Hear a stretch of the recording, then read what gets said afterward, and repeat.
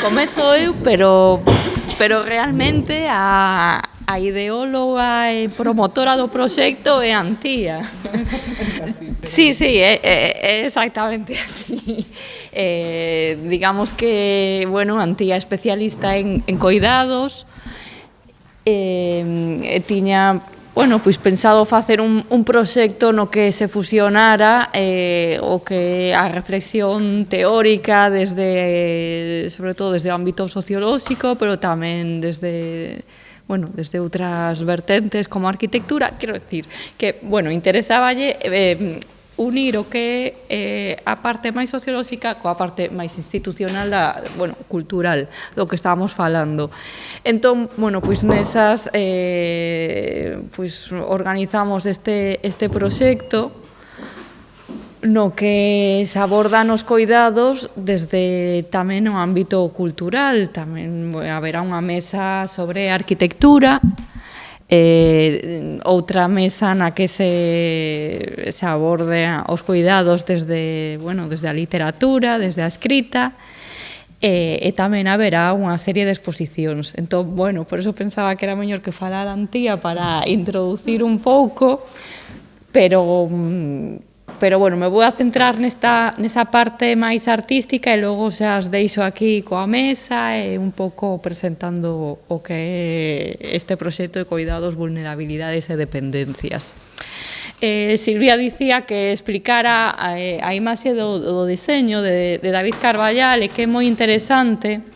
Cando lle falei de que iba o proxecto e lle enviei información, empezou a xogar coas iniciais, a C, a V, a D, pero non só porque foran as iniciais, se lle ocurriu a idea de que os coidados son porcentaxes na nosa vida, que coidamos a persoas maiores, coidamos a crianzas, coidamos a persoas dependentes, tamén necesitamos o autocuidado, e estas, bueno, formas que poden ser como queixiños de estadísticas, que poden ser como esporas de vida, como semillas, pois son esas parcelas, esas áreas da vida, do día a día, nas que todos e todas coidamos e tamén nos coidan.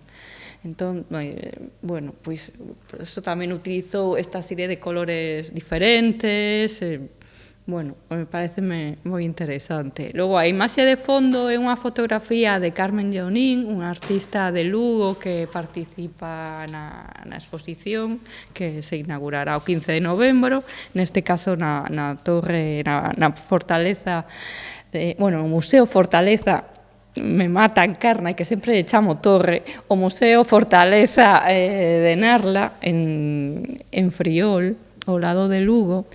Carmen Lleonín estivo estes últimos anos, e sobre todo durante a pandemia, coidando a súa nai. Se desplazou desde o Valadoiro ata Lugo, onde reside a súa nai, e un pouco para animala e tamén para ela poder seguir producindo obra, empezaron a traballar xuntas, bordando e tamén facendo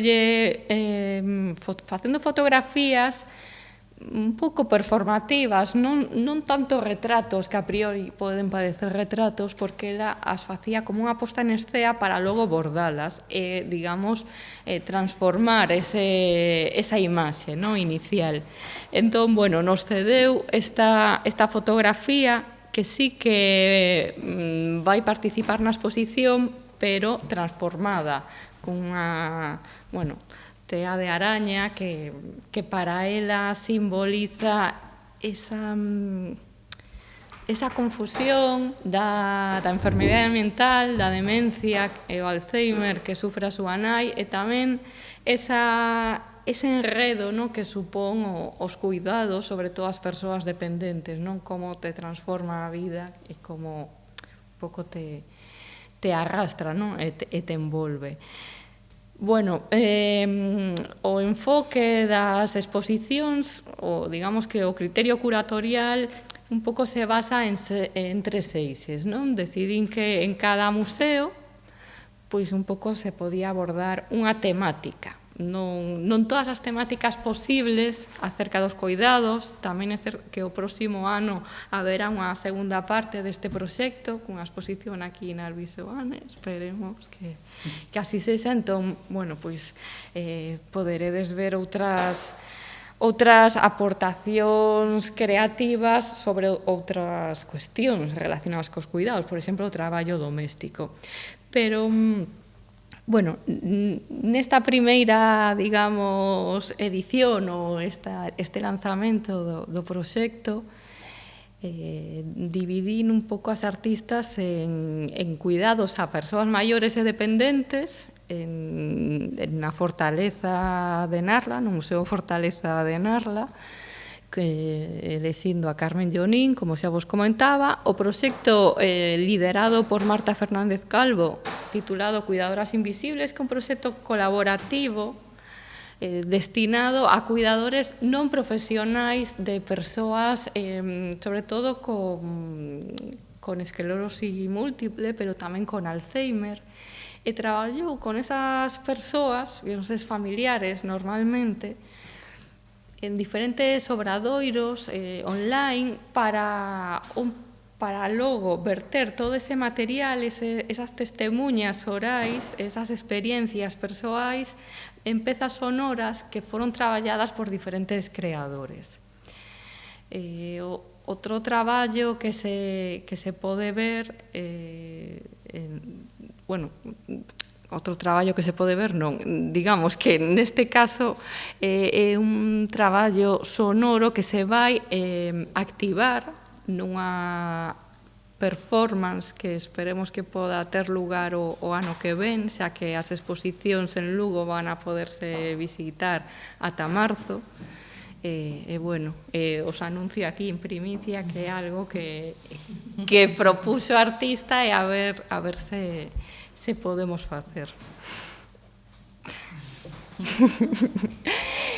No Pazo de Tor vamos a falar sobre a crianza, as problemáticas das artistas que son nais, como eso inflúe na súa produción artística, no seu día a día.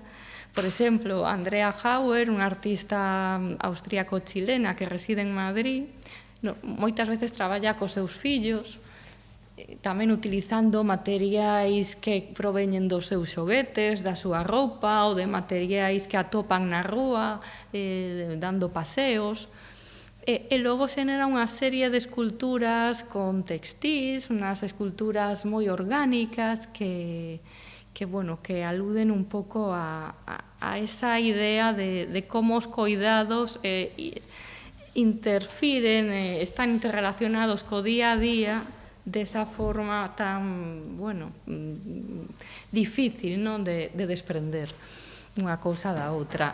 Tamén Andrea Costas presentará por primeira vez o seu proxecto Desapego, que é un traballo inxente que fixo en fotografía e en vídeo, unha serie de performance durante estes últimos anos en relación á crianza dos seus fillos e, sobre todo, moi vencellado á lactancia dos seus fillos mellizos, non? E todo ese esforzo que supuxo unha reflexión crítica acerca desa idealización da maternidade, como se foi transformando, que pensaba ela acerca do que era esa vivencia.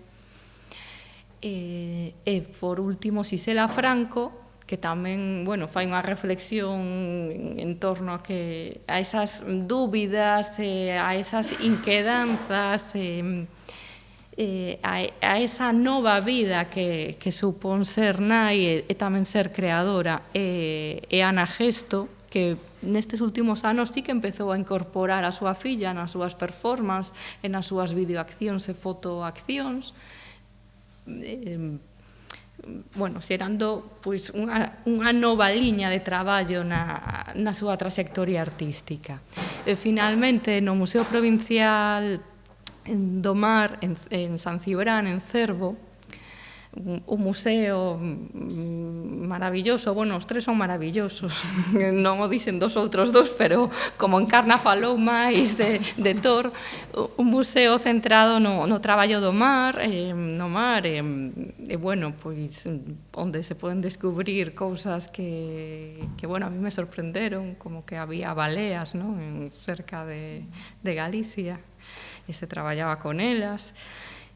Pois nese museo vaise centrar o discurso en como as mulleres traballadoras tamén son casi o 100% coidadoras. Lexín dous traballos fundamentais, un de Mar Caldas que fixo na comarca do Rosal, entrevistando e fotografando a 100 mulleres da zona, o que inicialmente iban a ser simplemente retratos desas mulleres, finalmente acabou sendo como unha testemunha, unha clasificación, bueno, clasificación non, pero como unha colección de retratos de mulleres que basicamente foran coidadoras e seguían sendo coidadoras, non? O que ela quería, sobre todo, investigar na parte do traballo profesional, por así dicilo, pero descubriu que do que falaban era dos coidados.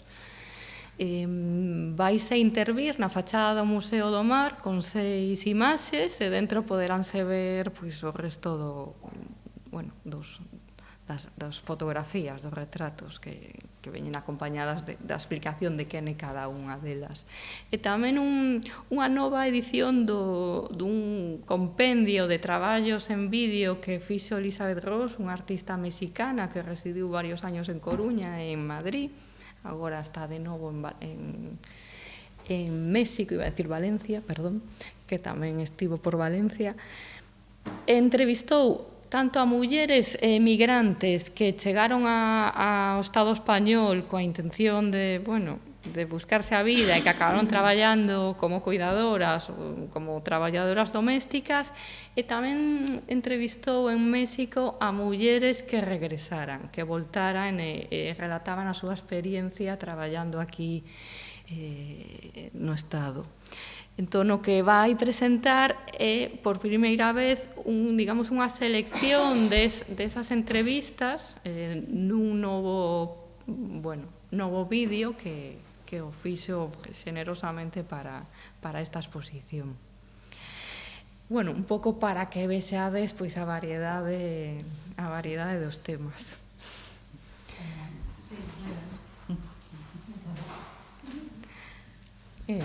Nada, bueno, un pouco creo que Antía sí que debería introducir realmente... Bueno, repartimos, verdad, Iria? Vale.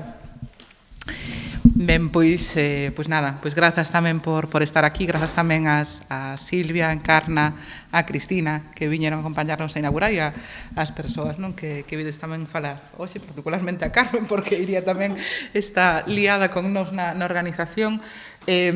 Bueno, a verdad que non vou abondar na xénese da idea, só decir que bueno, sí que polo menos eu, desde hai algún tempo, sí que tiña ganas de iniciar un diálogo que levara algunhas esferas do ámbito nas que traballo, nas que investigo, como son os coidados, alén das ciencias sociais, que é un ámbito que a min particularmente me apasiona, pero que ten limitacións como linguaxe, non? Como linguaxe ten certas limitacións que ás veces pode ser un pouco tediosa, pode ser un pouco academicista, bueno, e chega onde chega, explica onde explica, e se explica como se explica, non? Entón, hai outras linguaxes, hai outras formas, non? Sobre as que é interesante non establecer pontes de diálogo, e hai outras maneiras de expresar e de establecer acción social e política sobre os cuidados. Eu creo que había necesidade de poñelas un pouco en común e en perspectiva para mirarnos. Eu non coñezo moito de arte feminista, pero sí que coñezo un pouco das ciencias sociais que se achegaron ás veces a arte, e penso que sempre que o fixeron os diálogos foron bastante frutíferos, polo menos desde outros ámbitos que coñezo, como un pouco a música. Eu creo que un pouco a idea desta deste programa artístico e de pensamento é iso, non? É que sexa completamente transdisciplinar, non? Que en certo modo que as persoas tampouco se encaixonen non na disciplina na que veñen, sexa unha disciplina de ciencias sociais, sexa unha disciplina artística, ou sexa persoas que directamente veñen de entornos máis vinculados co activismo ou incluso da arquitectura ou de outros sectores, non? A idea era traer a falar a persoas, a mulleres que traballan, que investigan, que producen, que crean entornos sobre desde e para os coidados, non? Para, entre todas, non tecer unhas novas narrativas, ou as vellas narrativas, que algunhas, desde logo, siguen sendo válidas, non? Entón, esa era un pouco a idea, non? Por iso, tiñamos un pouco esta intención, non, de xuntar, por unha banda, achegas artísticas, con achegas tamén desde o ámbito da cultura, desde a produción cultural, desde a novela, pero tamén desde a poesía. Tenemos unha mesa redonda en torno aos cuidados. Estou indo completamente non en orden, pero bueno, tanto ten, sí. Pois digo que tenemos unha mesa un pouco en torno aos cuidados na escrita, nas que teremos, bueno, pois a presentación dun poemario e de dúas novelas, se non me equivoco. Unha novela e un ensayo autobiográfico, sí, non? De María Merco, efectivamente. Comisaria e crítica de arte, por certo, que narra bueno, en primeira persoa a súa experiencia como cuidadora da súa nai con enfermedade degenerativa a nivel mental, pero tamén mesturada con reflexións filosóficas, teóricas, incluso un pouco de ciencia ficción, de distopía feminista. Así que moi interesante. Bueno, gañadora do premio Xerais de ensaio. Bueno, sí, non me vou a deter tanto para tamén deixarlle parte a Iria de presentación. Teremos tamén a próxima semana unha actividade doble, vou a presentar ata aquí, logo se queres presentar ti o resto do programa, vale? Que se chama As cidades e os coidados, onde a perspectiva xa se vai a desenfocar completamente das ciencias sociais, que se cadre un pouco no que se vai centrar máis esta tarde, e teremos a dúas arquitectas e un colectivo de arquitectas e sociólogas que primeiro faremos un roteiro con elas, non? Abordando un pouco unha visión da cidade desde os cuidados e logo teremos unha pequena mesa redonda, non? Esa será un pouco a actividade do ano que ven, da semana que ven, que será o mércores, o mércores 19, en principio en horario de tarde o roteiro e despois outra vez ás 7 aquí, a mesa redonda con esas dúas arquitectas e co colectivo Punsis, que é un dos principais colectivos que está a traballar no deseño de cidades máis inclusivas e que teñan isto dos cuidados no centro. Pero paso a palabra a Iria, que Iria é a terceira, ainda temos unha cuarta persoa que non sei onde está porque ainda nin nos coñecemos e que vinculamos ao proxecto. E quen é Esther? Ai, hola, pois encantada, porque nos coñecemos do grupo de WhatsApp, pero é outra das persoas que tamén está un pouco detrás da organización de todo isto. E bueno, pois iso, paso a palabra a Iria para que acabe de presentar o programa e logo xa comenzamos, non nos enredamos máis. Moi ben.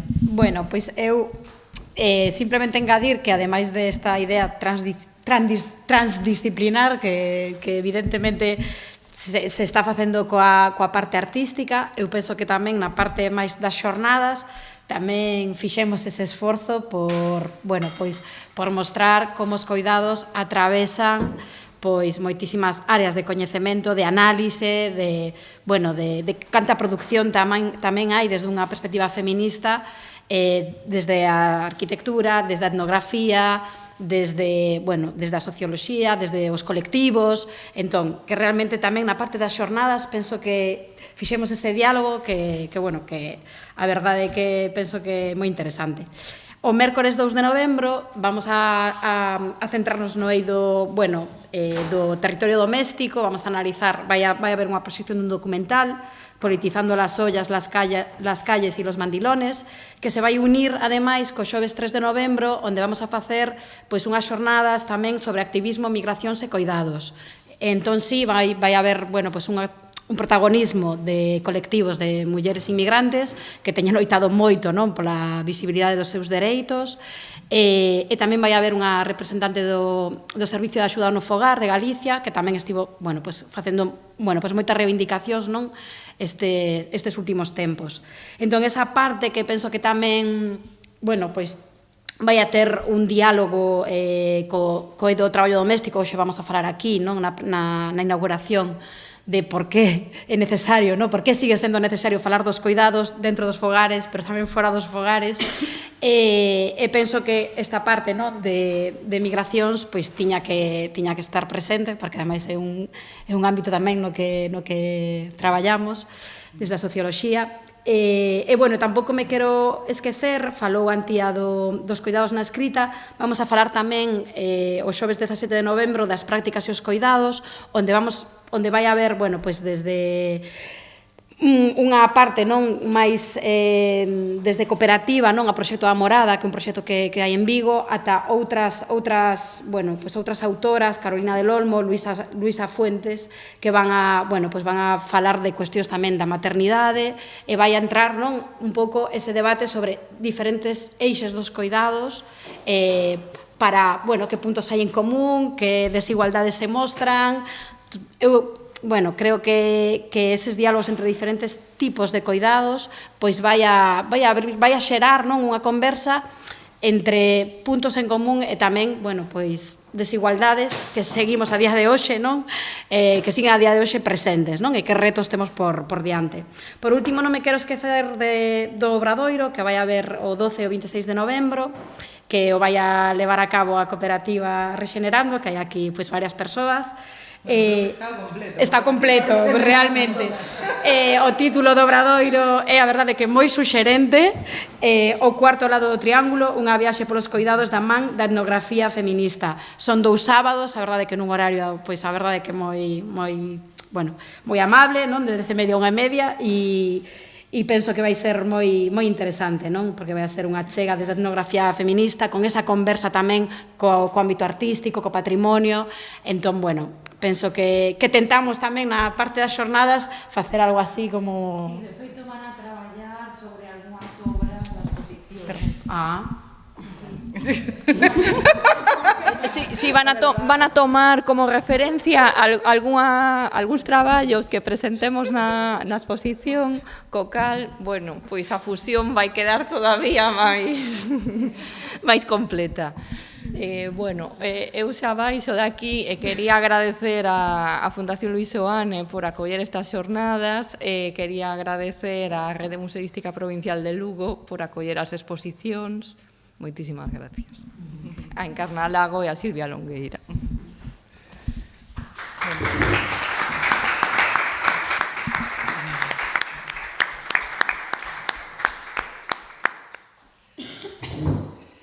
Ben, pois, ainda que non o pareza, estamos máis ou menos coordinadas.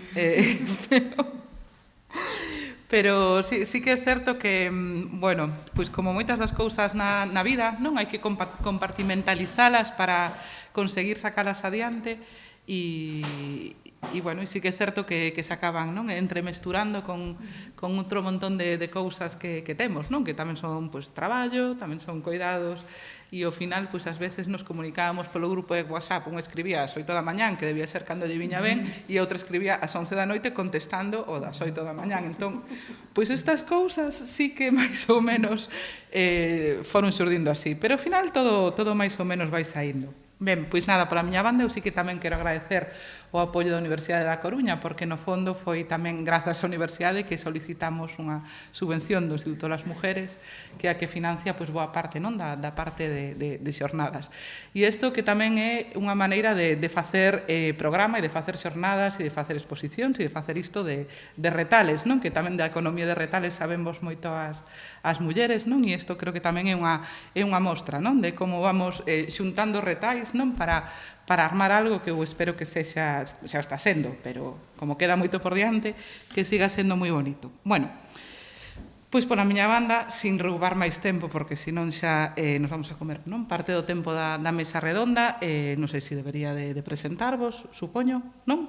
Quizáis, bueno, Iria, que forma parte da equipa, non, organizadora das xornadas, é profesora de Socioloxía na Universidade de Vigo, é experta en migracións, estudos de xénero e cuidados, e estou un pouco improvisando porque máis ou menos feito fixa a súa tese sobre a circulación dos cuidados nas familias transnacionais senegalesas. E desde entón leva traballado cuestións tanto que teñen que ver cos cuidados como tamén coa violencia machista. Creo que teño por aí anotado o título do seu último libro, de 2020, Cómplices, a violencia machista institucional, que o tedes en Galaxia. Así que, por aí o podedes consultar. E agora estamos colaborando, ademais nesta aliada, en outro proxecto tamén moi chulo e que igual en algún momento tamén vos lo compartimos, sobre a circulación de cuidados nas familias transnacionais caboverdianas que viven en Galicia. Esa na que estamos tamén últimamente, que nos está dando tamén moito quebradiro de cabeza. E Carmen Castro García, que tamén lle agradecemos un montón despois de tantas liadas que estea hoxe aquí, de tantos cambios, economista feminista, integra a Cátedra de Economía Feminista da Universidade de Valencia, tamén é profesora, ou foi profesora polo menos ata este curso, dun mestrado que temos na Universidade da Coruña en Políticas Sociais e Intervención Sociocomunitaria, intervindo principalmente na materia de políticas de igualdade, na especialidade que temos en xénero e políticas de igualdade. Tamén pertence ao Observatorio de Xénero, vou mirar, porque senón, Economía, Políticas Públicas e Desenvolvemento da Universidade de Pablo Olavide, e integra tamén o Comité Científico de ATAC, e podría seguir dicindo. Ademais, ten un libro tamén recentemente publicado, que isto que mola, de vir aquí con libros recentemente publicados, en Tirano Blanc, Claves feministas para transiciones económicas, onde, en certo modo, recolle o que poderían ser as propostas da economía feminista para a organización dunha sociedade máis xusta e, obviamente, na que os cuidados teñen unha parte fundamental. Así que, vos agradezo moito as dúas que esteades aquí, a Iria tamén que se sumara á organización deste asunto, e, non sei, comezamos, non? Teño que seguir eu. Veña, vou lanzar unha pregunta xa, vou abrir un pouquinho o debate. Dalle, Iria. Que está aquí sen falar, comece. Bueno, por rachar o xeo, eu creo que para unha primeira pregunta, a verdade é que Cristina tamén falou da pandemia, non? Pero que poderemos logo entrar niso.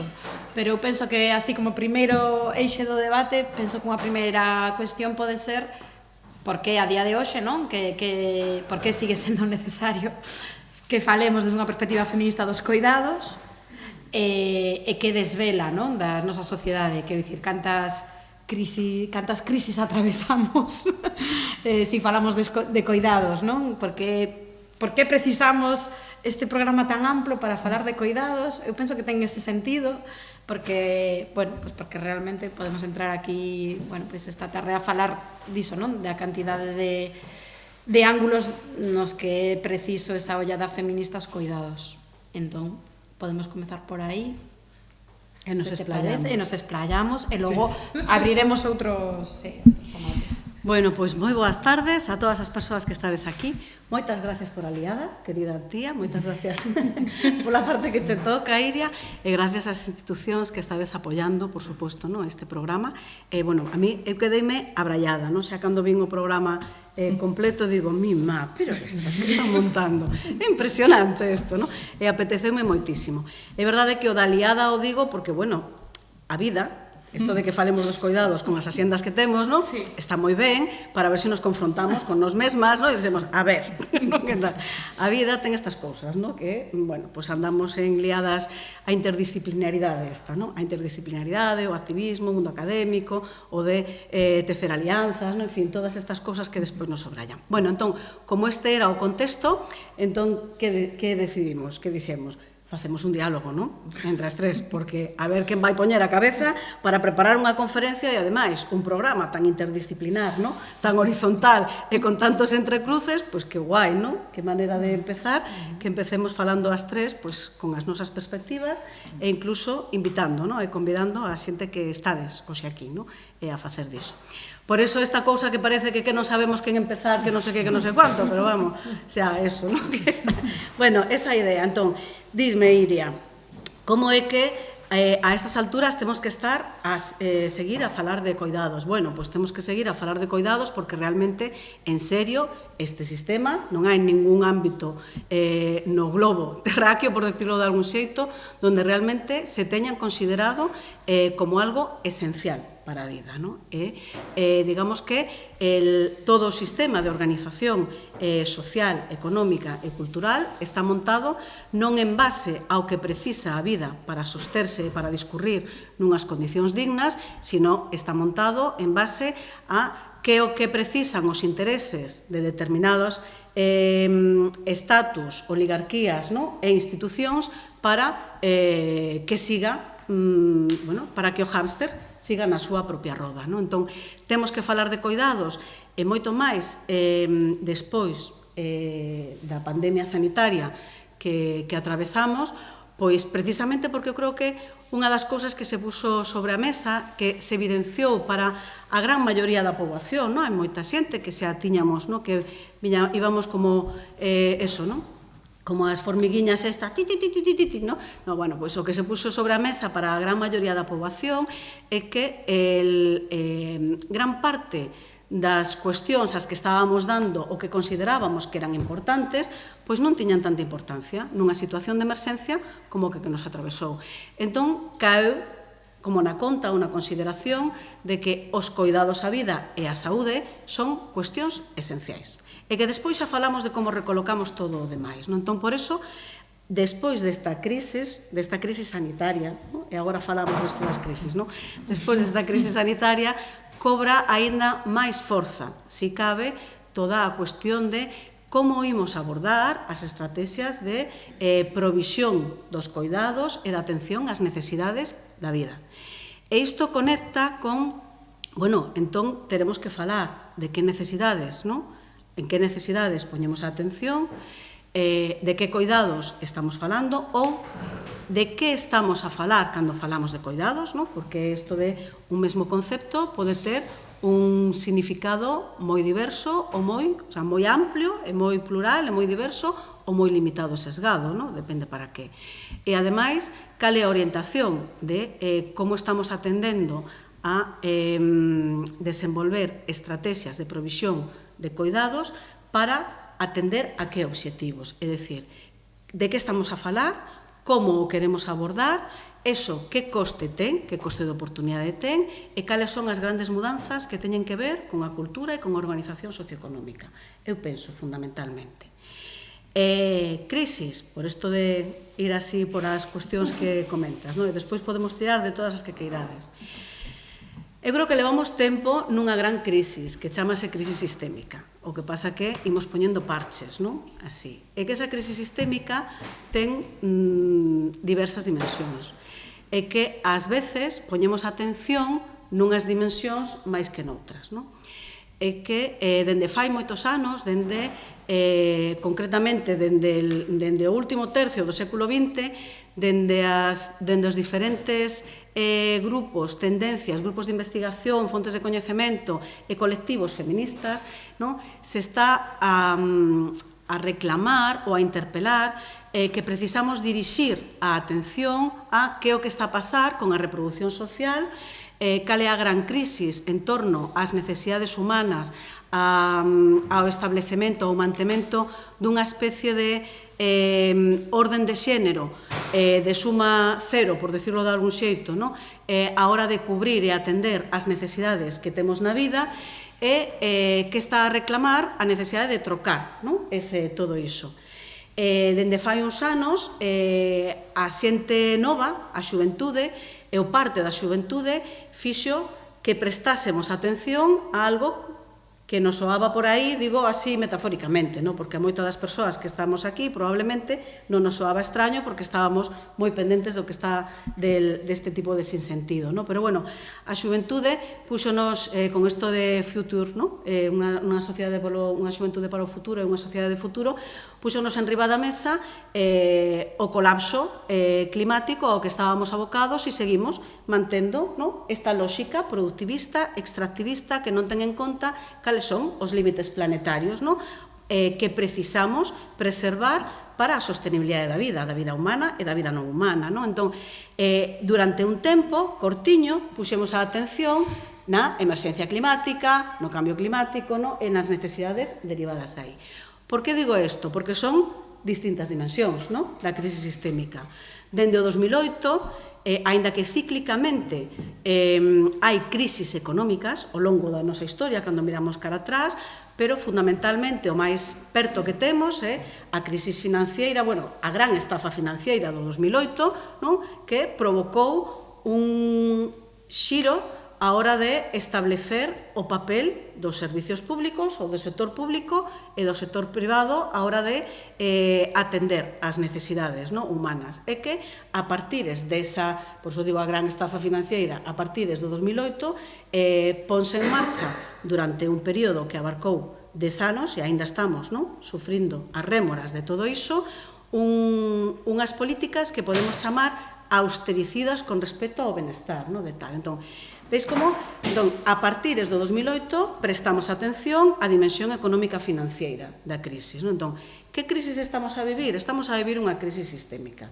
É unha crisis do capitalismo e quixéramos ver unha crisis do patriarcado, pero xa lamento ser eu que vos diga aquí dende esta mesa que o patriarcado está máis sano que nunca, o jodido, perdón, que estamos aí grabando, non quero decir.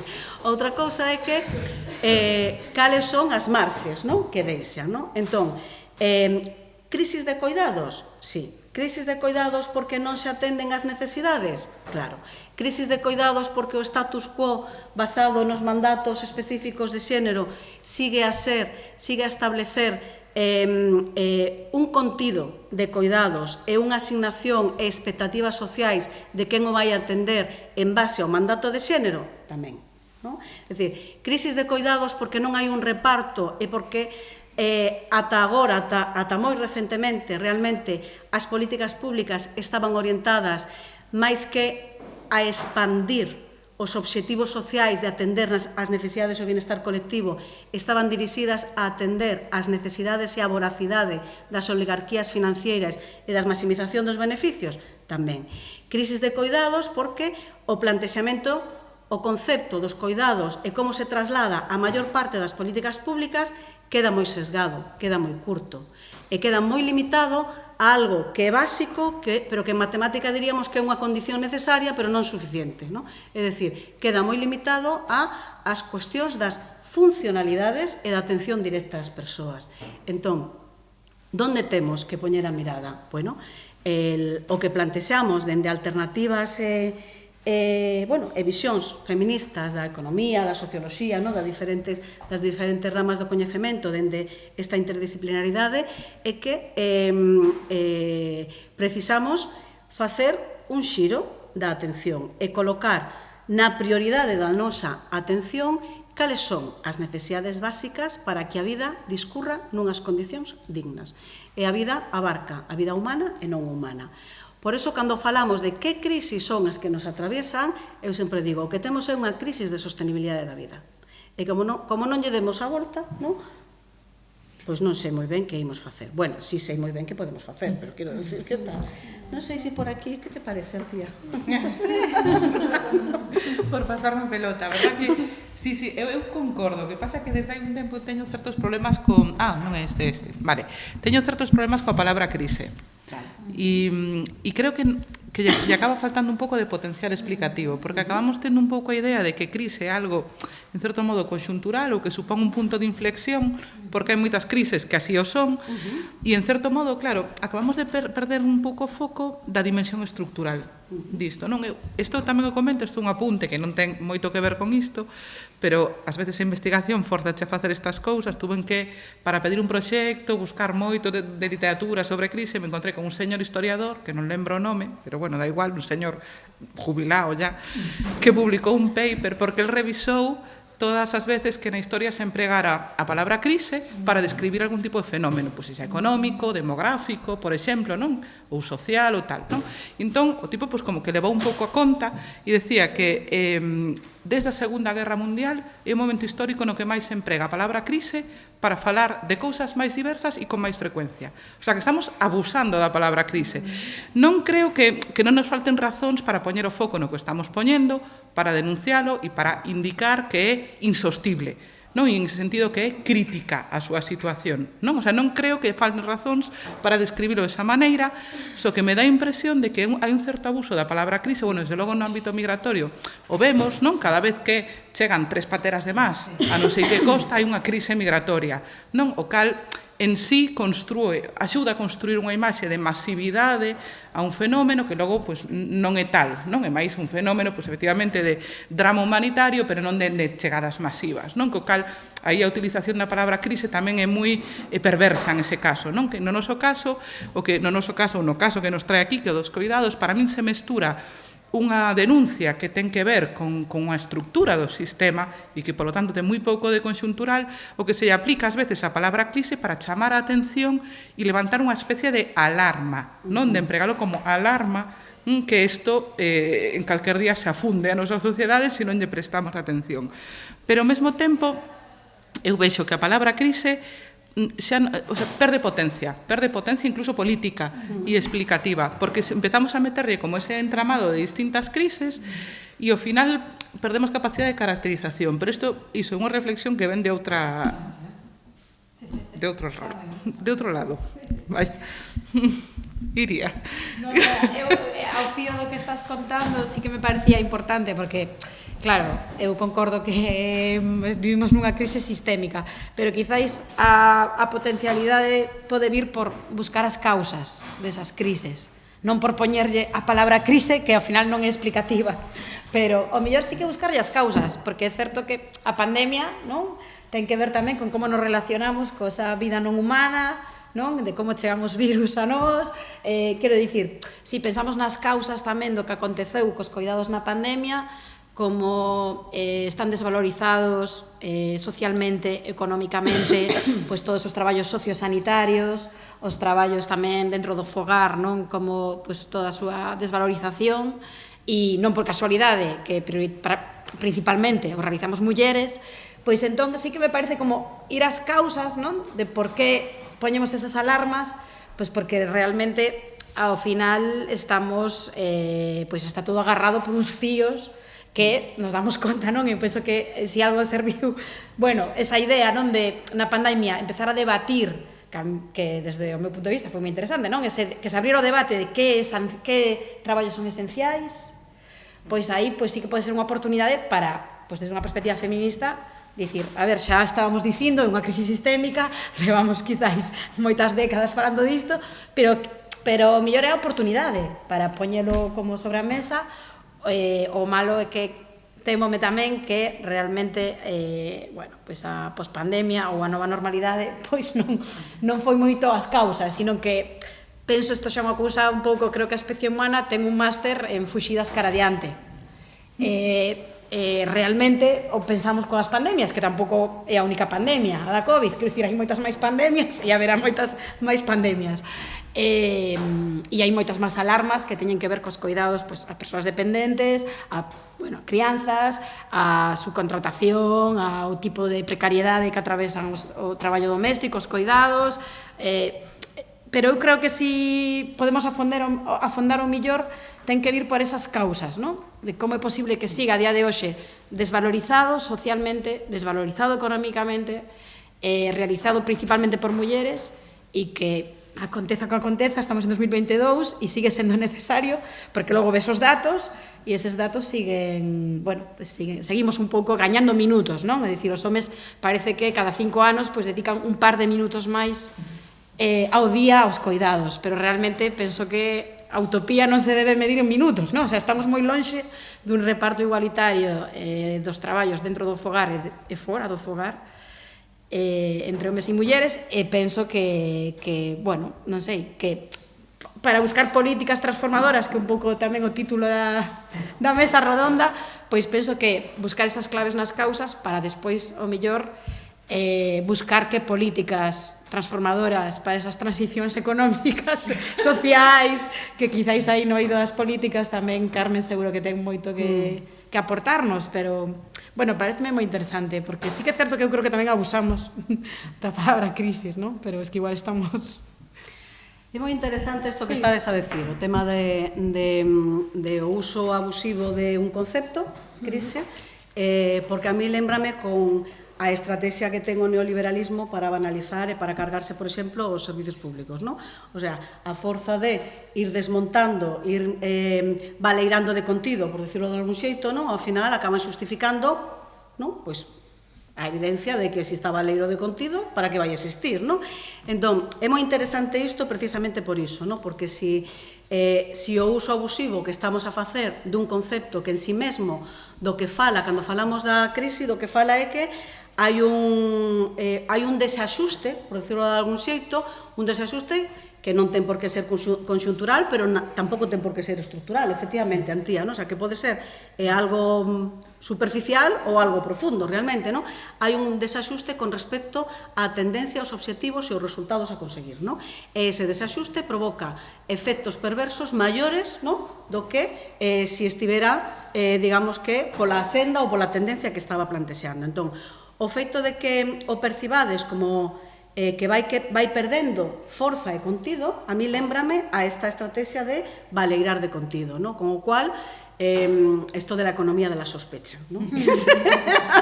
Ti sospeitas sempre algo de cal é a razón real que tal, ¿no? Entón, sí, efectivamente, ¿no? Pareceme moi interesante porque dame para pensar. Pode ser un xeito de banalizar precisamente a interpelación, a vindicación e as exigencias de cambiar, ¿no? Modelos, obxectivos e prioridades, ¿no? O feito de irlo baleirando de contidos. En todo caso, o que si estamos é en situacións de determinadas emerxencias, tanto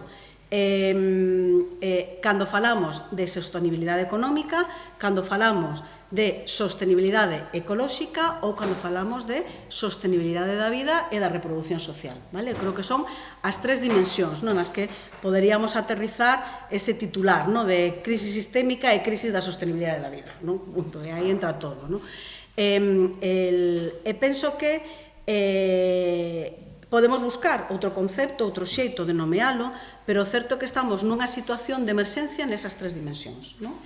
É que cando miramos dende perspectivas e dende olladas feministas, pois que o que vemos? Pois o que vemos é que hai un desequilibrio, hai desequilibrios e consecuencias sobre as diferentes situacións, posicións, ausencia de oportunidades e de dereitos e otorgamento ou persistencia de determinados privilexios, no, que aínda están repartidos dende un sistema clasista e bastante patriarcal aínda, que están atravesando as tres dimensións, no, dese desaxuste, no, de sostenibilidade. Si falamos da falta de sostenibilidade económica, vemos que, por exemplo, por avanzar algo, no? Vemos que estamos en plena época agora con os fondos estos de recuperación e de resiliencia, no? Bueno, neste ámbito do mundo no que vivimos, no? É dicir, nesta parte regional na que estamos a vivir. Parte dos eixos estratégicos teñen que ver con a transición ecolóxica e a transición digital. Eu sempre digo, pero unha entra en conflito coa outra, non? Porque a transición, a digitalización da economía e da vida precisa de gran parte de minerais, ¿no? Extractivos, ¿no? Quero dicir que, vale? Pero estamos nesas, ¿no? Quero dicir, estamos nesas e non hai unha parada, ¿no? Para pensar, a ver, ¿no? Cales son os puntos de conflicto e os puntos de desaxuste que hai nisa, ¿no? Decimos, por exemplo, que dentro do plan de recuperación e de resiliencia un dos eixos de prioridade é o que se chama economía de coidados, vale? Agora falamos do concepto tamén, que tamén creo que vai perdendo forza, non? Polo mesmo, sí, que tamén se vai banalizando e ao final aí entra todo, non? Dides, vale, este é un dos eixos prioritarios, non? Para a economía, para o plan de recuperación e de resiliencia. Logo, cales son as mudanzas no sistema productivo, cales son as mudanzas na distribución dos tempos, no ámbito dos tempos, cales son as mudanzas na cultura do traballo, na cultura de compartir, na cultura de tal, quer dizer, cales son as mudanzas que estamos a facer para realmente pôr en valor todo o que hai en torno á economía de coidados. Ou é que o único, decimos que é un eixo de prioridades, pero o único que imos facer é facilitar que se creen empregos temporais en torno á atención aos coidados directos ás persoas, non? Deixo aí a pregunta, non? Nese caso, non? Sobre iso, vale? Entón, bueno, creo que sobre todo iso poderíamos seguir dándolle voltas, non? É dicir que, vale, que o concepto crisis igual nos queda corto, non? E xa perde potencialidade ou perde forza. Entón, teremos que buscar como lle engadimos, porque a cuestión é que a situación de emerxencia que hai detrás cando denunciamos esa crisis sistémica en todas as dimensións da sostenibilidade da vida está aí, non? Dis, por que seguimos a falar de cuidados, non? E por que seguimos a falar de que a maior parte do traballo o visible e o invisibilizado, non? É dicir, o que se remunera e se recoñece e forma parte das estadísticas públicas e o que se realiza na maior parte do tempo dentro dos fogares ou no ámbito sociocomunitario, dentro do ámbito dos cuidados, sigue a ser realizado por mulleres. Bueno, pois digo eu, non? Digo, isto é un xeito así de falar, non? Pois igual sigue a ser realizado fundamentalmente por mulleres porque non hai un intento de mudar estructuralmente, non? Eses mandatos de xénero. E, ademais, na visión pragmática, porque hai un absentismo descarado do 48% da poboación, que son os homes, por se non vos echedes conta, non? Vale? Quer dizer, hai un absentismo no ámbito das responsabilidades do cuidado da maior parte do 48% da poboación. Entón, todo vai encaixando, pero por outra parte, dende as políticas públicas podemos abrir sendas de transformación? Podemos, si poñemos a atención, non? É dicir, si diriximos a atención e as prioridades en cal é o efecto a conseguir. Si a nosa atención está dirixida a resolver os paliativos que son necesarios, non? Porque, é dicir, hai unha falta de tempo, hai unha excesiva carga de traballo que sobrecarga, que asumen a maior parte das mulleres aínda, o sea, hai unha cuestión de necesidades que non está cubertas, non? Por iso falamos da necesidade de atender de políticas de provisión dos cuidados, o sea, como imos facer para prover ás persoas a atención ás necesidades que temos. Vale, esa é unha necesidade, pero esa é unha necesidade que eu digo de atención paliativa, non? É dicir, permite que fagas cousas, en vez de intentar ser ubicua, que xa temos comprobado que non é posible, non? Eso non somos ubicuas, non? Ninguna persoa é ubicua. Non sei con a inteligencia artificial a onde chegaremos, pero de momento non o somos, aínda que todo isto da tecnoloxía a veces, non? Nos crea esas ficcións. Pero bueno, entón, dende as políticas estamos atendendo a esos paliativos, que son necesarios porque van a permitir e posibilitar que as mulleres, fundamentalmente, que son quen están asumindo esa responsabilidade e esas tarefas, podan facer outras cousas. Descansar, socializar, buscar emprego, desenvolvemento persoal, en fin, non? Ou, non, estamos gravando, non podo decir esas cousas. Vale, ou calquera das cousas, non? Que queran facer.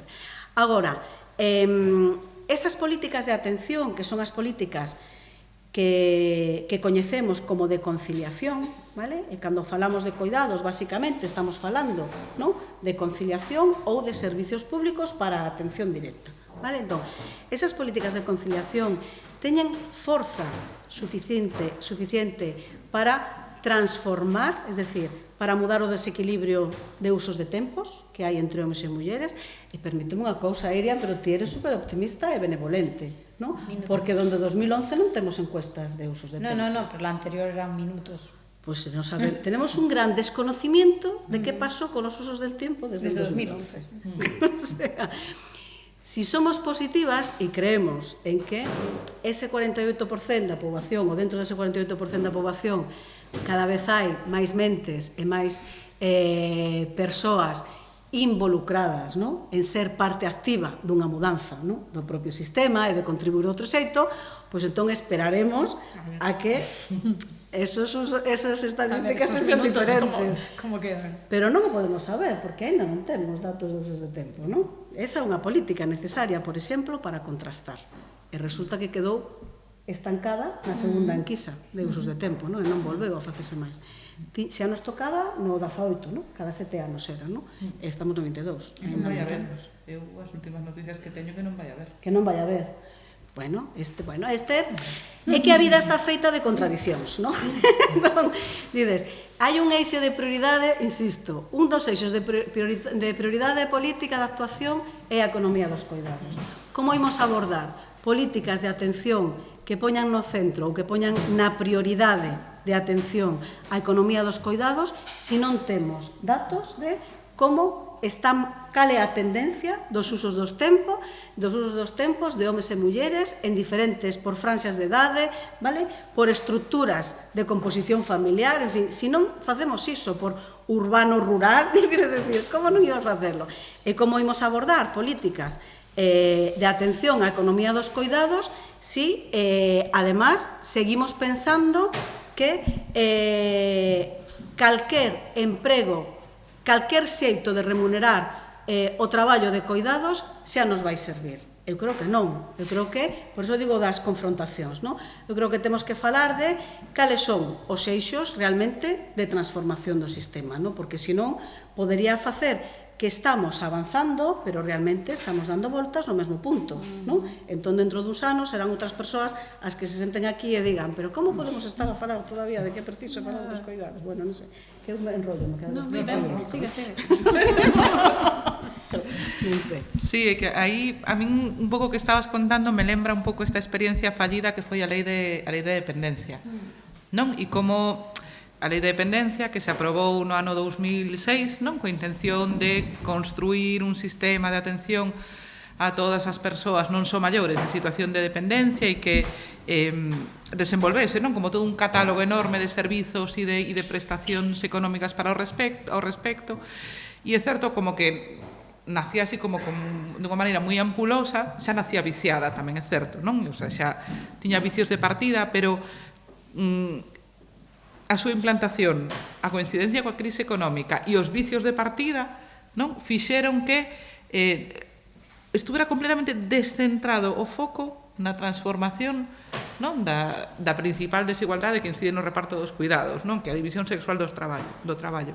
E como, finalmente, pois, ao cabo duns anos, se comprobou que o que máis pedía a xente, non? Porque as persoas dependentes podían, en certo modo, escoller, non? Que servizo pedían ou que prestación querían, relativamente, e a que foi máis numerosa foi a prestación para cuidados no entorno familiar, non? Que en certo modo era como, bueno, pues unha especie de remuneración, entre moitas comillas, a un familiar de xénero muller, en fin, que era que finalmente acababa pues, vendo remunerado dunha maneira tamén un pouco opaca, non? Polo traballo que facía dentro da casa, non? Obviamente iso reforzaba que fosen as mulleres as que quedaran na casa a cuidar dos familiares, solo que a cambio dunha pequena compensación económica que nun principio implicaba cotización á Seguridade Social, despois que a crise quitouse esa cotización á Seguridade Social, logo volveuse poñer, non? Co cal tamén a consideración que se tiña diso cara ao traballo era pues, tamén pues, bastante fluctuante, non? E era, bueno, pues, cando compensa isto se considera digno de cotización, cando non, e en calquer caso que supuxe unha refamiliarización, unha rexenerización, non? Do traballo de cuidados a maiores, non? Iso foi unha gran oportunidade perdida, a lei de dependencia, non? E, sin embargo, despertou un gran consenso social, non? A pesar de que moitas economistas feministas xa desde o seu momento puxeron o foco de decir aquí hai unha prestación para cuidados no entorno familiar que non está feita, desde logo, desde ninguna perspectiva transformadora da principal eixo de desigualdade que están os cuidados, non? Eu creo que a min o que me xenera moitas dúbidas do que vai a pasar, non? Co que se está facendo nas políticas públicas en relación aos cuidados agora coa pospandemia e que se xa algo parecido á lei de dependencia, non? É dicir, que non este orientado cara a transformación deses principais eixos de desigualdade e que volvamos a ter, pois non sei, unha cantidad de diñeiro que se distribúe en forma de prestacións económicas ou infradesenvolvemento de servizos, non? Un reforzamento, non? Do que xa temos, porque obviamente costa bastante máis transformar que reforzar as estructuras existentes, non? Entón, ás veces é un vicio que pode estar aí de partida, non? Pero é un pouco a min como esa experiencia da lei de dependencia que de antes onte, a min como que me queda moi latente na cabeza, non? Como chamada de atención do que pode pasar, vaya. Sí, eu comparto esa inquedanza, eu creo que ese é o meollo do asunto, non? Realmente, que o que estamos a facer e cal é a intencionalidade do que estamos a facer realmente. A intencionalidade de transformar ou facer máis levadera, non? A situación de desigualdade, non? Porque si nos movemos en facer máis levadera a situación de desigualdade, bueno, melloramos condicións do día a día da cotidianidade, que, en fin, é importante, é certo, pero estamos movéndonos no mesmo punto, non? O sea, non estamos mudando as bases, non? Para que as novas xeracións, non? As mulleres e os homes novos, non? Que veñen, que están aí xa, non? E que terán que ir asumindo tamén responsabilidades pronto, pois podan facelo con outras reglas, non? Con outras bases. Completamente de acordo. Penso que, relacionado con eso, e mira que era un articuliño, era un artigo desa lei de dependencia, no que poñíamos, no que decíamos, levantábamos alerta, ollo que este artigo é abrir unha porta en falso. E aí está. Non quería decir yo, ya se lo dije, señores. Pero aí está, efectivamente, moitas lanzamos a voz e ao final, ves, aí estaba.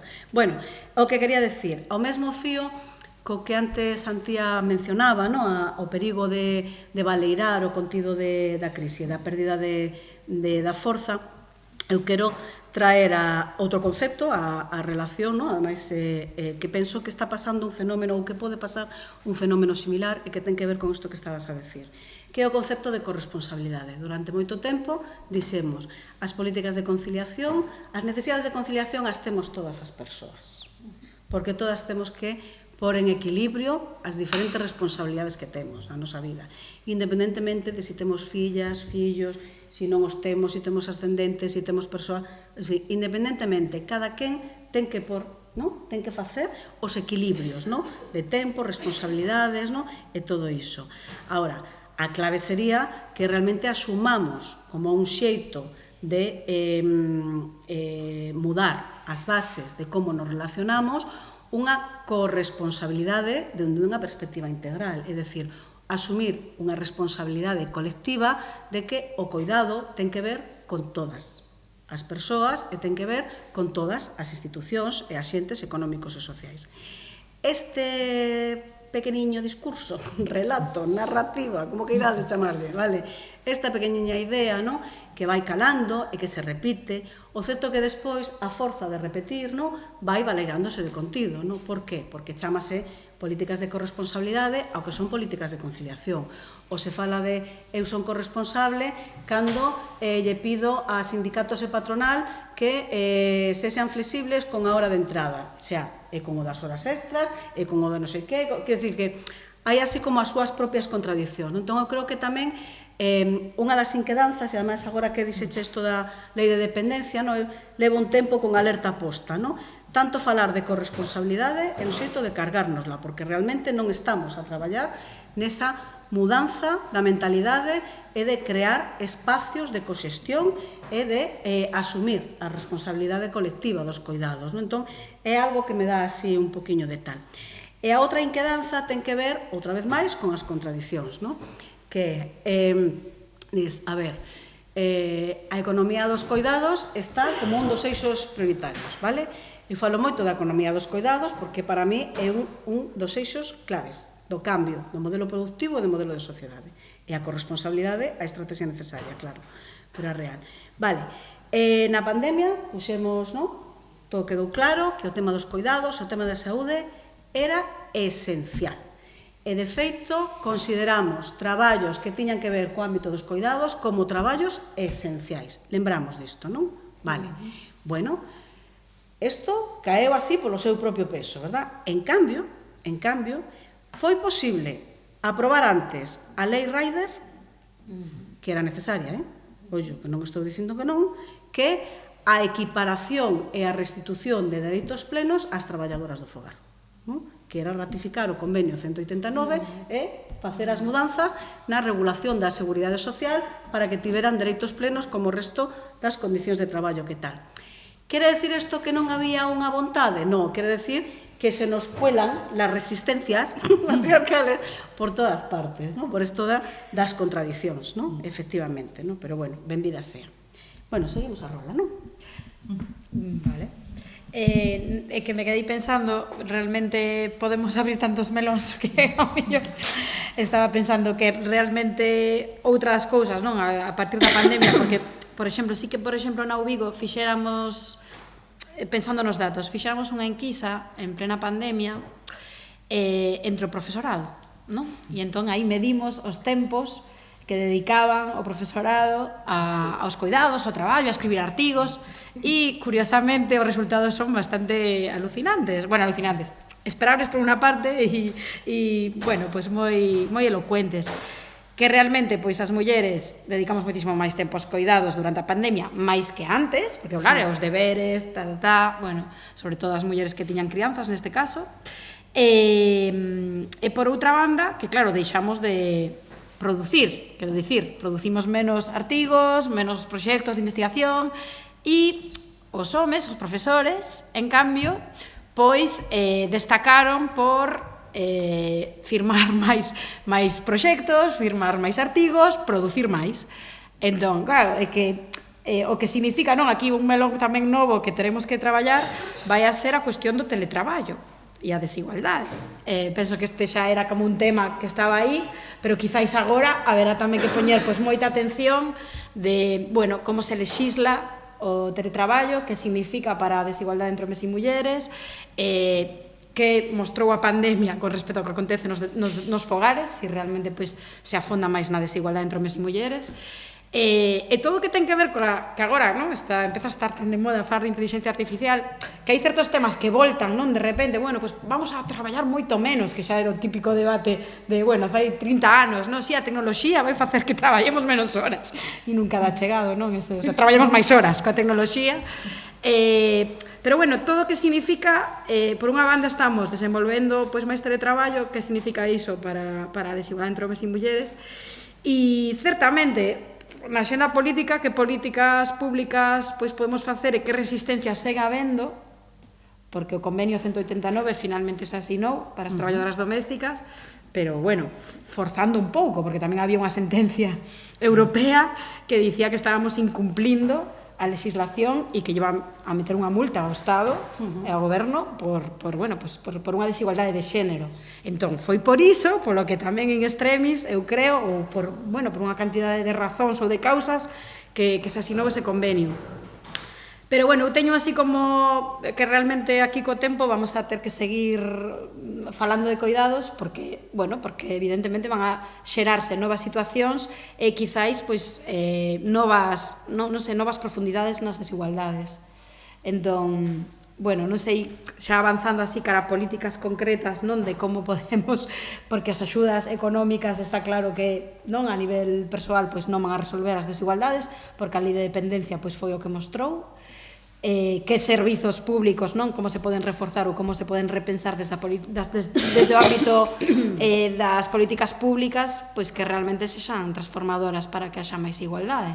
Eu creo que iso, ou polo menos para que non sigamos afondando na desigualdade, que parece que por onde, bueno, os medos, non, ou os medos que ás veces podemos ter, non, de cara ao futuro.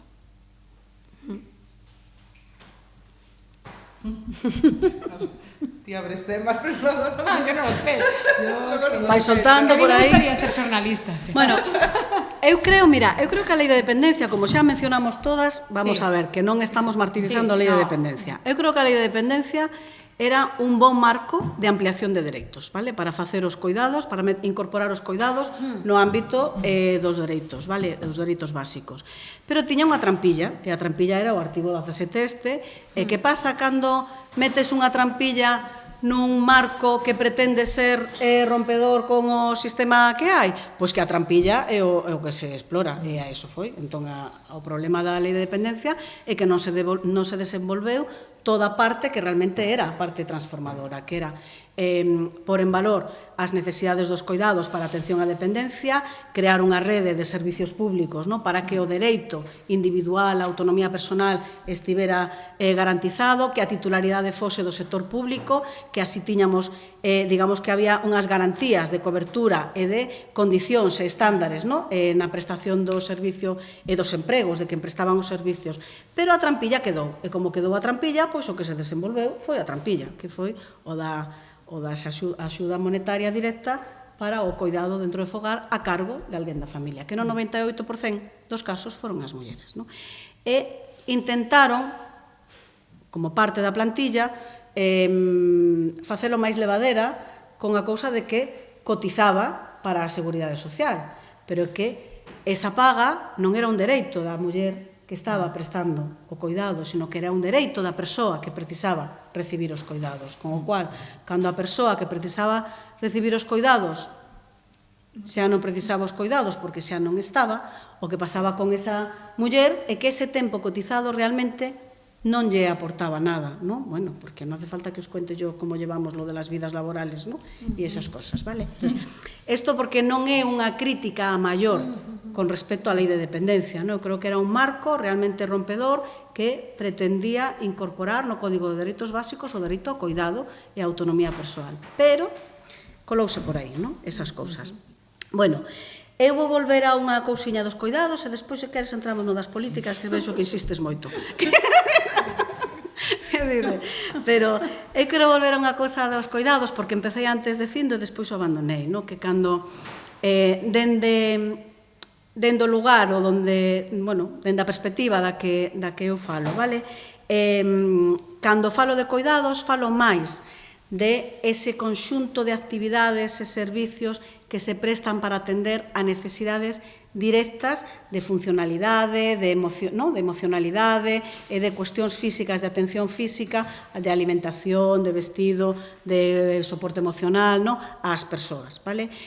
Cando falo de coidados, falo de outro tipo de traballos tamén que teñen que ver con o coidado aos entornos e a vida, es dicir, traballos para atención a sostenibilidade da vida humana, pero tamén as condicións da vida, é dicir, de como atendemos aos tempos que damos a que se rexenere aquelo que consumimos ou que extraemos da terra, por exemplo. Eso ten que ver con coidados tamén, ten que ver con coidados de sostenibilidade da vida. Un exemplo, vale? Porque non sempre falamos, ou non só falamos de coidado ás persoas, aínda que, obviamente, é unha necesidade que non temos cuberta, que afecta fundamentalmente ás mulleres, porque recae sobre nós a responsabilidade, non porque sexamos Agustinas de Aragón, ni nada así, ni María Pita, sino porque, cando non está provisto explícitamente como imos atender as necesidades básicas que teñen as persoas, o que ocorre é a inercia da aprendizaxe patriarcal. E a inercia da aprendizaxe patriarcal é o funcionamento do mandato de xénero. E iso aplicamos, automáticamente e inconsciente. Vale, esa é unha parte do concepto dos coidados, dende o meu punto de vista. Outra parte do concepto dos coidados ten que ver con que ese é o valor transformador que teñen, con o código ético. En sí mismo, falar de coidados, poñer atención en que significa os coidados e como o trasladamos a todo aquilo que facemos, ten que ver con incorporar o valor dos coidados como un código ético de funcionamento, código ético de repensar as políticas, código ético para repensar a economía. Por exemplo, ten sentido que esteamos a subvencionar sectores productivos altamente contaminantes cando van en contra da sostenibilidade da vida? Non sería mellor poñer coto e reconvertir? Xa sei que aquí o concepto reconversión soanos moi mal porque trae nos ecos fastidiados, pero non sería mellor reorientar as persoas traballadoras neses sectores hacia sectores realmente que contribúan de xeito positivo a coidar as persoas, a coidar o entorno, a coidar a vida, a aplicacións tecnolóxicas ou de coñecemento que permitan, que faciliten que traballemos en prol do benestar colectivo, é dicir, non sei, a facer vida en común, de outro xeito. Eso, para mí, é realmente un dos valores transformacionais que ten. E isto non quere decir que estexa a facer unha, unha defensa do que se entende por ética dos coidados. Para mí, os coidados son un código ético, pero non estou facendo unha defensa da ética dos coidados, ou non estou facendo unha defensa da ética dos coidados reaccionaria. E que quero decir con ética dos coidados reaccionarias? Pois aquela que ensalza o valor dos coidados, pero non se cuestiona a división sexual do traballo nin o mantemento do sistema do status quo patriarcal, vale? Esa é a ética reaccionaria dos coidados. Entón, cal é o perigo, por isto das inquedanzas, que cando, como a vida nos leva, así como nos leva deste xeito tan insostenible, que do que menos temos é tempo a pararnos a pensar, reflexionar e contrastar con outras persoas. E iso é precisamente o que precisamos, esa é unha das grandes alertas, para non reproducir por inercia e automáticamente liñas de traballo que realmente non están orientándonos a mudar, non? Sino que siguen insistindo en iso. E os traballos tamén teñen que ver, os coidados tamén teñen que ver, esa terceira dimensión que quería comentar, con un sector xerador de emprego. Vale? Por eso, o da economía dos coidados. Antes do virus do COVID, porque virus e pandemias víricas temos moitas no mundo, non? Pero antes do virus do COVID, a Organización Internacional do Traballo, no seu último informe, falaba de que, o emprego xerado en torno ao sector dos coidados no 2018, sí, o informe do 2019, así que no 2018, o emprego xerado no entorno dos coidados no mundo empregaba a uns 12 millóns de persoas, vale? Desos 12 millóns de persoas, o 65% son mulleres, é dicir, dentro do traballo remunerado e recoñecido oficialmente no ámbito dos coidados. Entendede que son no ámbito dos coidados as persoas directas, vale? E a propia estimación que facía a OIT no 2019 era que precisaríase polo menos 465 millóns de empregos no ámbito dos coidados atendendo a un estándar de calidade de traballo decente, que é un estándar que está tipificado pola propia Organización Internacional do Traballo e que forma parte dos obxectivos de desenvolvemento sostible, non? Da Axenda 2030, esta famosa, non? Entón, facendo iso, eso foi antes da pandemia do COVID, non? Antes de que nos atravesase e nos diese este vuelco en medio. Ten sentido que falemos agora desas previsións? Ten todo o sentido do mundo, porque esas previsións non é que non se queden obsoletas, é que se quedan cortas, non? Porque, efectivamente, unha das cousas que contrastamos en todas as rexións do mundo é a necesidade de pôr en valor e incorporar como atendemos as provisións e necesidades de cuidado e de saúde para prever todo, para que non volva a repetirse isto e para mudar. Entón, cal é o valor dos coidados cando falamos de incorporalo, de dirixir a atención ou poñerlo no centro? É que a mí o do centro creo que está supervalorado. Atención, no corazón, como que irades, vale?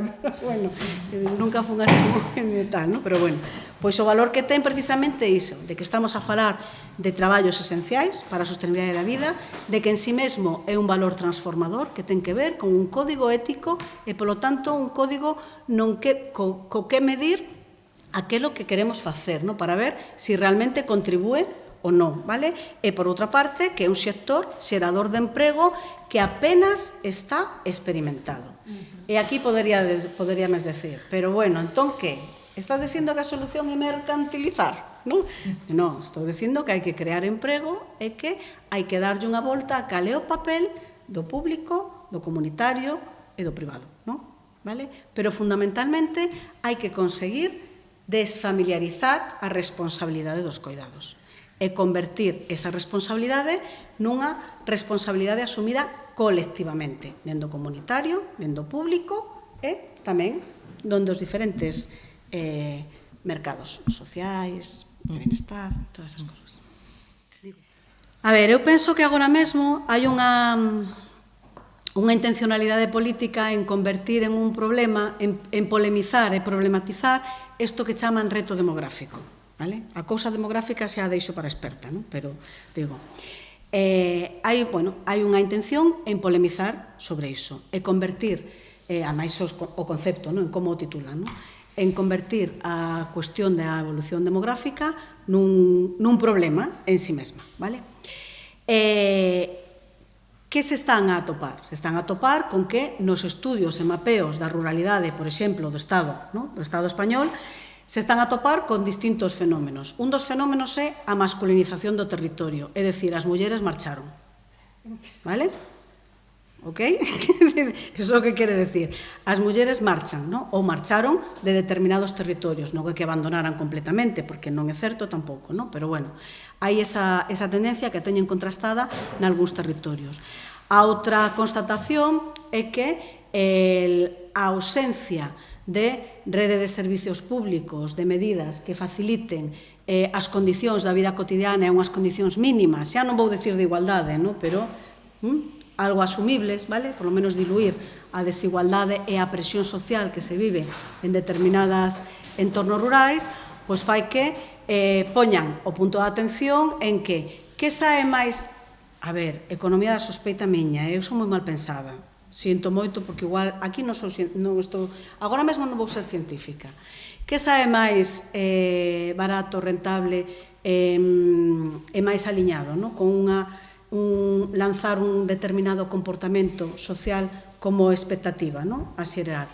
Pois, obviamente, ensalzar o valor, esta cousa da esencialidade, ensalzar o valor dunha figura icónica que pode salvar ese factor que xa converteron antes en un problema político, pero sin mudar as condicións nas que se vive na ruralidade. Entón, eu noutros territorios, aquí non, pero noutros territorios do Estado, con que me atopo? Atópome con que dicen hai que aplicar políticas natalistas para que as mujeres vuelvan a lo rural, dice, pero seréis cínicos, por exemplo, non ten por que ser este caso, xa digo que eu de demografía non son experta, si en sospeitar políticamente sobre determinados fenómenos. Non sei se por aquí, non sei se estás de acordo con eso da masculinización do territorio.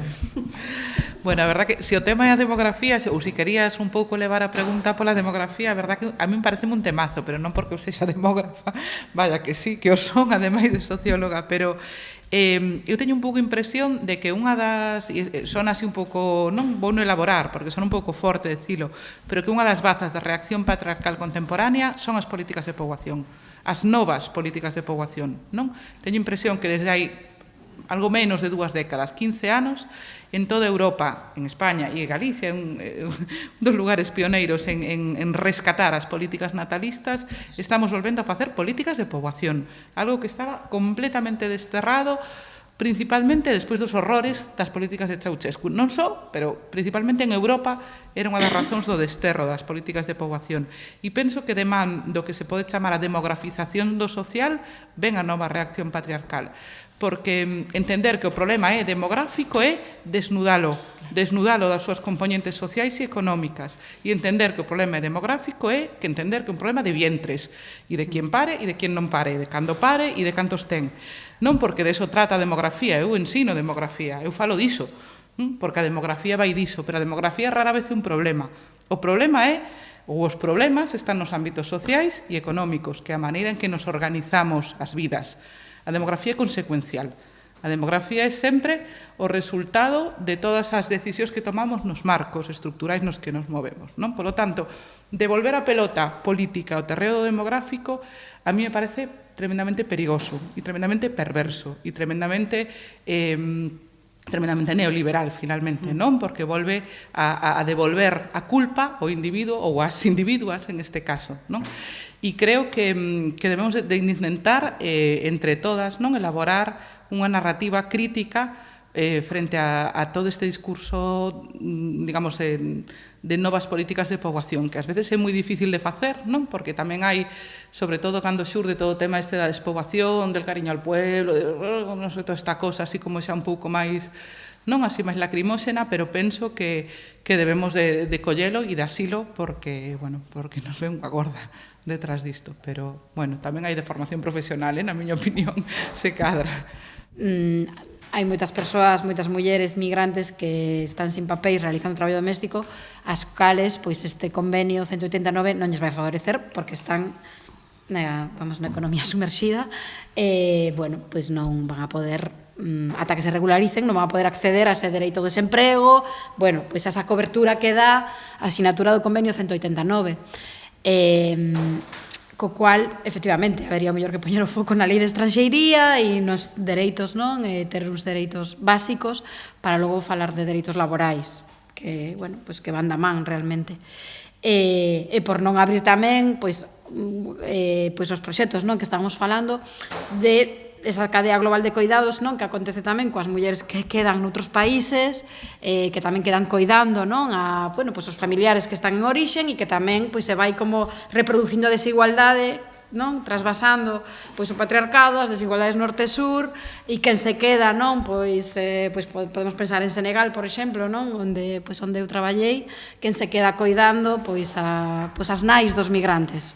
Bueno, pois moitas veces outras mulleres pois máis pobres, que tamén son migrantes do rural, que van a Dakar a coidar, e vas vendo, non? Como se vai trasvasando toda esa desigualdade, co cual, pois esa cebola de capas, realmente, se a vas desmontando, pois te acabas levando un pouco as mans da cabeza de, bueno, pois a cantidade de sistemas que se van aí superpoñendo e que se vai trasvasando esa desigualdade.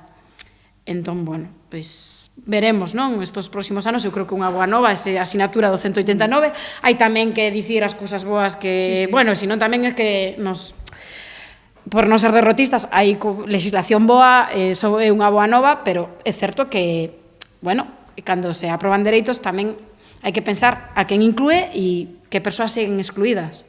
Penso que unha boa estrategia, non? Para pensar como incorporalas. Que é unha boa nova que moitísimos colectivos feministas, moitísimos colectivos de mulleres migrantes que van a estar, non? En novembro aquí falando desa loita, que levan décadas con ela, e é unha boa nova, pero evidentemente seguro que tamén nos van a falar de que outras mulleres quedan aínda na exclusión deses dereitos. Están as aparadoras do calzado reivindicando tamén as súas condicións, obviamente, non? Tamén. Que eu o fío desto que falas. Eu creo que hai dúas estrategias que teñen que ver con a politización dos coidados e a politización dos tempos, non? Que son dous conceptos e dúas necesidades que están absolutamente banalizadas e que forman parte así do que falemos e imos resolvendo pois poñendo parches, non? Según como imos podendo. En a politización dos coidados, unha dos xeitos de abordaxe, que un pouco iba a ir por aí, é a necesidade de plantexar un enfoque de coidados, de políticas orientadas aos coidados, que se coordine necesariamente con o ámbito de políticas económicas, de migratorias e políticas laborais, necesariamente. O sea, non podemos atender precisamente pois porque sabemos que se cruza, non? Como se cruza o factor e como as mulleres migradas, non? E migrantes están, non? Participando desa cadea e dese engranaxe, non? Que o ten nesas condicións de vulnerabilidade e de precariedade, porque son ámbitos de traballos, aínda que se consideren esenciais, que están hiperprecarizados, non? E moitos deles están dentro da economía informal e, polo tanto, alleos a otorgamento de dereitos, non? De dereitos económicos. E a liberdade das mulleres se construe a base de dereitos económicos. Cando os dereitos económicos son plenos, son individuais, non? Non cando tes que pedir en base a tu relación de parentesco ou de dependencia ou a estar en determinado sitio en determinado momento. Entón, na liña do que plantexaba Iria, non? Eu creo que eso. Por outra parte, eu creo que a outra estrategia de politización de tempos é un dos grandes retos que temos porque non o estamos a abordar. Non só, o sea, o feito de que non se repita a enquisa de usos de tempo, eu creo que é un indicador. É un indicador de, en fin, de a ver como le metemos mano a ese melón, porque iso va a ser un melón, non? Aquí hai moitas propostas sobre a mesa, non? Pero o que é unha obviedade é que precisamos replantexarnos e politizar, e cando falo de politizar, falo de falar explícitamente do conflicto para a vida que supón o xeito en que está organizada, vale? Entón, cando politizamos o tempo, que temos que poñer sobre a mesa é que é absolutamente contrario ás necesidades de soster a vida dunhas condicións dignas o sistema de reparto de tempos que temos, non? Na vida. É absolutamente contrario. Por iso falo de politizar, por facer emerxer as contradicións e os conflictos e buscar o xeito, non? De atañalo. A mí gosto moito da proposta que fixeron as italianas no seu momento, non?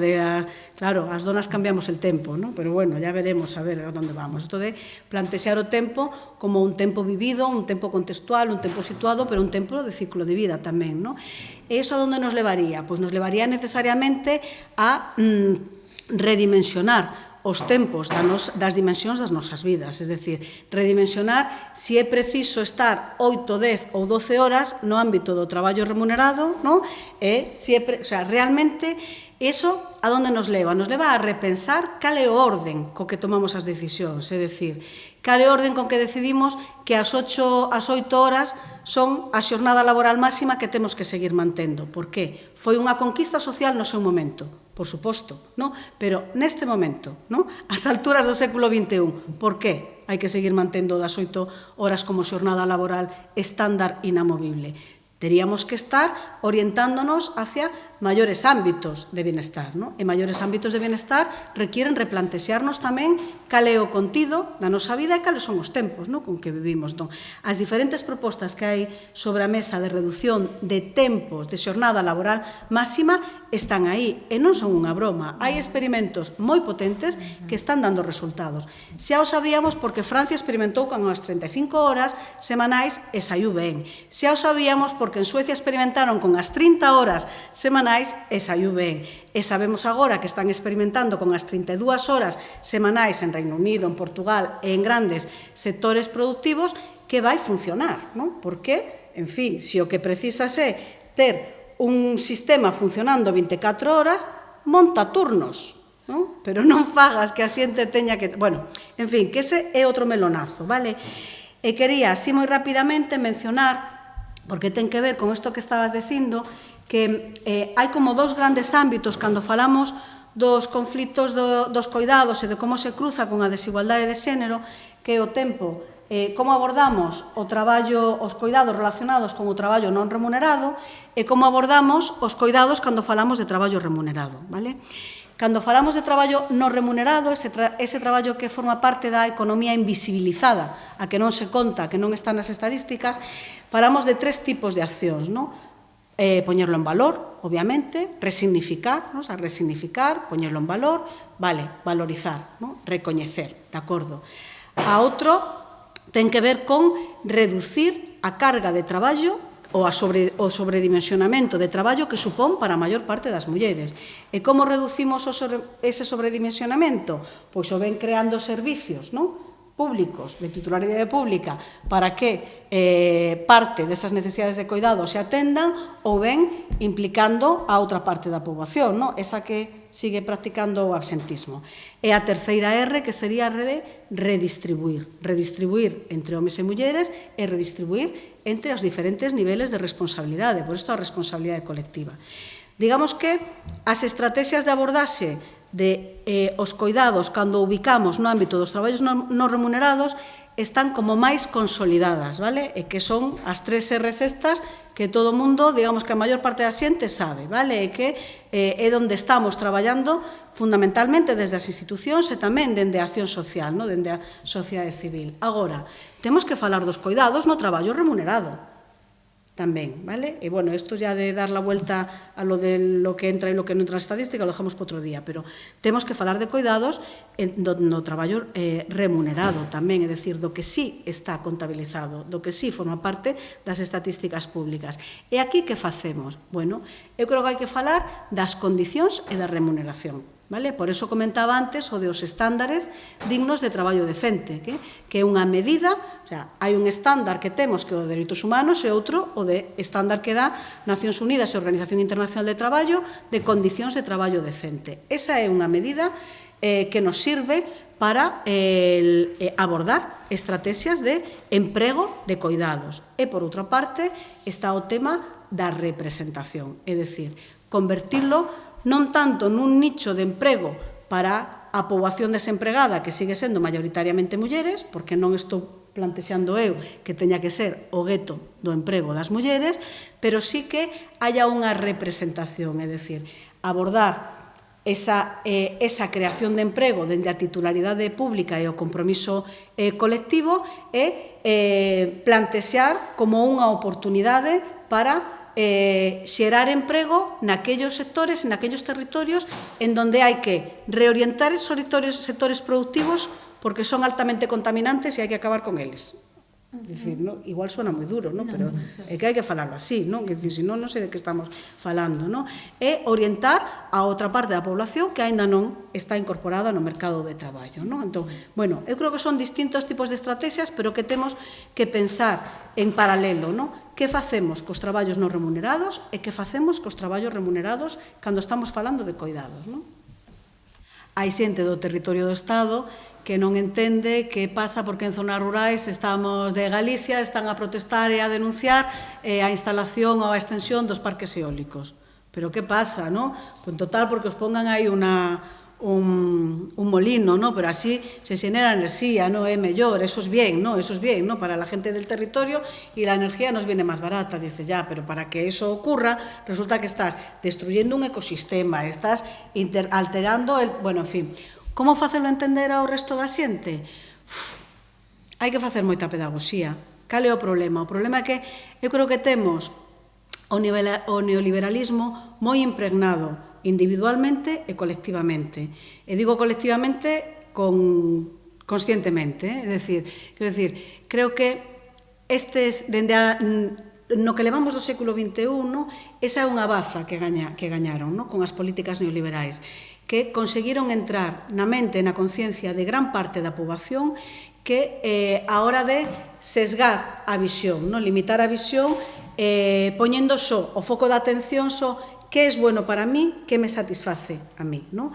E hai como unha especie de orelleras a hora de analizar que o que pasa, cales son os efectos nos contextos, nos territorios, no? Na xente, darlle unha voltiña máis, no? Eso é o que temos. Entón, como desmontas eso? Con moitas paciencias, con ferramentas pedagóxicas, con campañas de concienciación e de sensibilización e, non sei, facendo alianzas. É difícil desmontalo. Hai que montar pois diferentes tipos de estrategias, pero facer alianzas pois con que podes facelas tamén, neste caso.